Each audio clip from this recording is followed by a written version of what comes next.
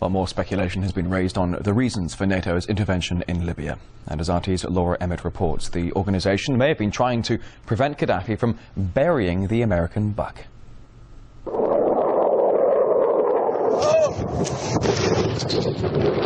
According to some, it's about protecting civilians. We must not tolerate this regime using military force against its own people. Others say it's about oil. The only reason they're interested with Libya is about the oil. You'd think we'd be in Iraq if the major export there was broccoli. But some are convinced intervention in Libya is all about currency, specifically Gaddafi's plan to introduce the gold dinar, a single African currency made from gold, a true sharing of the wealth. It's one of these things that you have to plan almost in secret, because as soon as you say you're going to change over from the dollar to something else, you're going to be targeted. There were two conferences on this. One in '96 and another one in the year 2000, organised by Gaddafi. And everybody was interested. I think most countries in Africa were keen. Gaddafi didn't give up.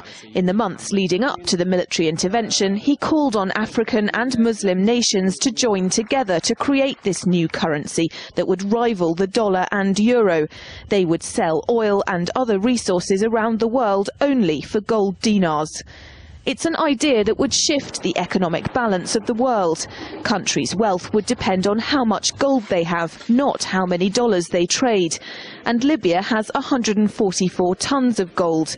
The UK has double that, but 10 times the population. If Gaddafi had an intent to try to reprice his oil or whatever else the country was selling in the global markets and accept something else as a currency, or maybe launch a gold dinar currency, any move such as that would certainly not be welcomed by the power elite today who are responsible for controlling the world's central banks. So yes, that would certainly be something that would cause his immediate dismissal and the need for other reasons to be brought forth for removing him from power. It's happened before. In 2000, Saddam Hussein announced Iraqi oil would be traded in euros, not dollars. Sanctions and an invasion followed. Some say because the Americans were desperate to prevent OPEC from transferring oil trading in all its member countries to the euro. The UK's gold is kept here in a secure vault somewhere in the depths of the Bank of England. As in most developed countries, there's not enough to go around. But that's not the case in places like Libya and many of the Gulf states.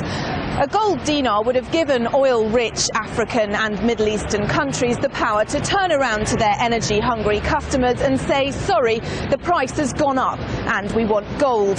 Some say the US and its NATO allies literally couldn't afford to let that happen. Laura Emmett, RT, London.